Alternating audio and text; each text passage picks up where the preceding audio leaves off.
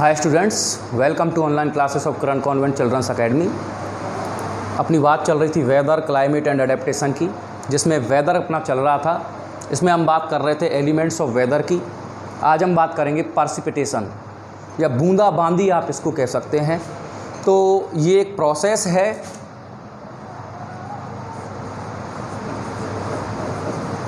और इस प्रोसेस के अंतर्गत क्या होता है कि जो एनवायरनमेंट है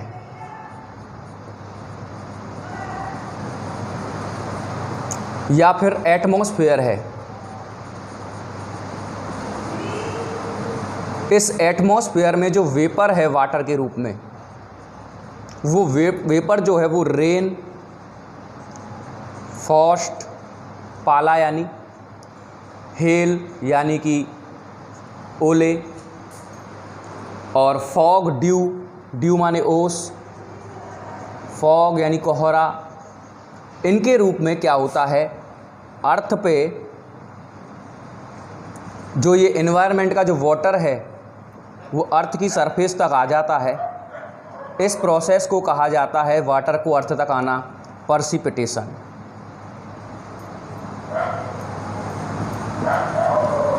ये कहलाता है पर्सिपिटेशन। एक मीटर होता है जिसको कहते हैं रेन गेज, और इस रेन गेज से रेन को मेज़र किया जा सकता है कि कितनी जो है वो बारिश आपके इलाके में, आपके रीजन में हुई है। ठीक है, रेन गेज कहते हैं इसको। अपनी कंट्री में अगर हम बात करें तो जून से लेके सितंबर तक का जो टाइम है उसको कहा जाता है मॉनसून पीरियड, और इस मॉनसून पीरियड में ही रेनिंग या रेनफॉल अपनी कंट्री में होता है। जून से लेके सितंबर तक का जो टाइम है तब मॉनसून होता है, तब ये पर्सिपिटेशन यानी कि बारिश का होना हो सकता है। अक्टूबर, नवंबर या दिसंबर के महीने में भी कभी कभार आपको बारिश देखने को मिल सकती है, उसको मावट कहते हैं, पर वो छोटी मोटी बूंदाबांदी वहाँ हो सकती हैं। और ये साउथ वेस्ट मॉनसून से आती हैं ये हवाएं। कहाँ से आती हैं?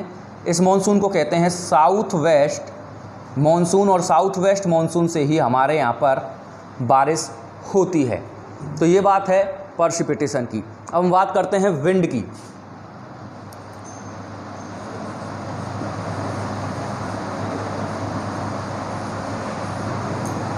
देखिए, moving air is called wind. क्या? मूविंग एयर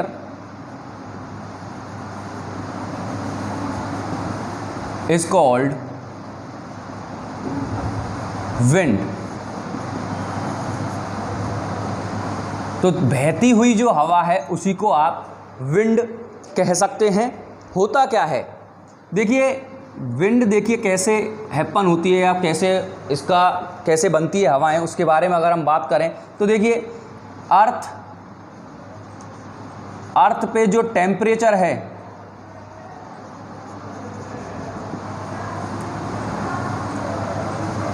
ये जो टेम्परेचर है वो डिफरेंट है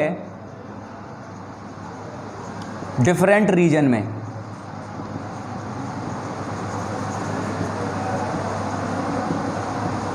और अलग अलग रीजन में जब टेम्परेचर डिफरेंस आता है तो हवा जो है वो हाई टेम्परेचर से लो टेम्परेचर की तरफ फ्लो करती है। इस तरीके से हवा बहती है, इसी को हम कहते हैं विंड। और अगर हम बात करें तो इसके लिए दो मेन कॉज या कारण हो सकते हैं, विंड स्पीड और विंड डायरेक्शन। दो कारण हो सकते हैं इस विंड के, विंड स्पीड और विंड डायरेक्शन।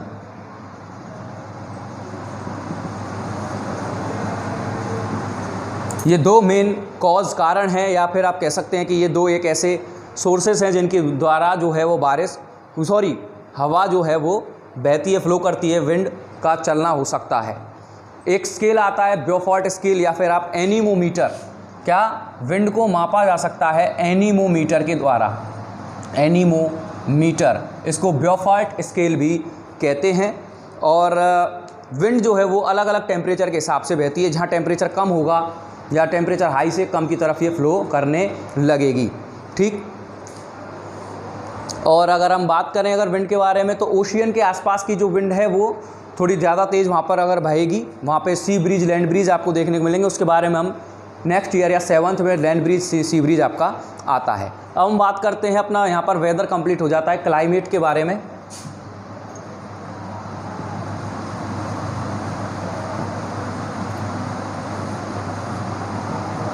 देखिए, क्लाइमेट यानी जलवायु, यानी किसी भी प्लेस का एक पर्टिकुलर वेदर। यानी जैसे कि मैं आपको समझाने की कोशिश करूं, जैसे हम वेस्ट राजस्थान में चले जाएं, पश्चिमी राजस्थान में चले जाएं, तो आप वेस्ट राजस्थान का नाम सुनते ही आपको समझ में आता है कि डेजर्ट, रेगिस्तान है, साथ में बहुत तेज़ वहाँ पर गर्मी होती है। कारण क्यों कहा जाता है? क्योंकि वो जो इलाका है वहाँ का जो क्लाइमेट है वो है हॉट और ह्यूमिड। क्यों? क्योंकि वहाँ पर ज़्यादातर क्या है, वो गर्मी पड़ती है। यानी कि लगभग 25 to 30 ईयर तक, 25 to 30 ईयर तक कोई भी रीजन जो है, कोई भी क्षेत्र जो है, उसका जो वेदर है, उसकी जो वेदर रिपोर्ट है, अगर वो हॉट है तो उसको कहेंगे हॉट क्लाइमेट, अगर वो कोल्ड है तो उसको कहेंगे कोल्ड क्लाइमेट। के यहाँ पे जैसे कि अगर हम बात करें शिमला का, तो आप ज़्यादातर यही है कि हाँ वहाँ पे ठंड पड़ती है। क्यों? क्योंकि वहाँ का जो क्लाइमेट है वो कैसा है, कोल्ड। क्योंकि वह ज़्यादातर अपने जो ईयर में 365 डेज होते हैं वह ज़्यादातर क्या है, वो ठंड ही पड़ती है। तो 25-30 साल तक जो लगातार जो टेम्परेचर रहता है किसी भी जगह का, वो उसकी क्लाइमेट मानी जाती है। इसके कुछ फैक्टर्स भी हैं क्लाइमेट के। उन फैक्टर्स में अगर मैं बात करूं तो फर्स्ट फैक्टर है डिस्टेंस फ्रॉम द इक्वेटर। पहला है distance from the equator. Second है, ये देखिए इस डिस्टेंस फ्रॉम द इक्वेटर, इसके बारे में बात भी करेंगे अपन। यानी इक्वेटर के आसपास, इसके इक्वेटर के आसपास गर्मी ज़्यादा होती है और जैसे जैसे इक्वेटर से दूर जाएंगे तो गर्मी जो है वो कम होती चली जाएगी, हॉटनेस कम होती चली जाएगी, ठंडक थोड़ी बढ़ती चली जाएगी। Distance from the sea level, यही distance from the sea level, समुद्र से आपका लेवल या सी लेवल से आपका कितना दूरी पे है, ऊंचाई पे है, नीचाई पे क्या है, एल्टीट्यूड लेवल। एल्टीट्यूड लेवल ये वही है डिस्टेंस फ्रॉम द इक्वेटर वाली बात है एल्टीट्यूड की। Humidity and rainfall, humidity and rainfall, तो ये कुछ चार एक कारण हैं, ये कारक हैं, फैक्टर्स हैं।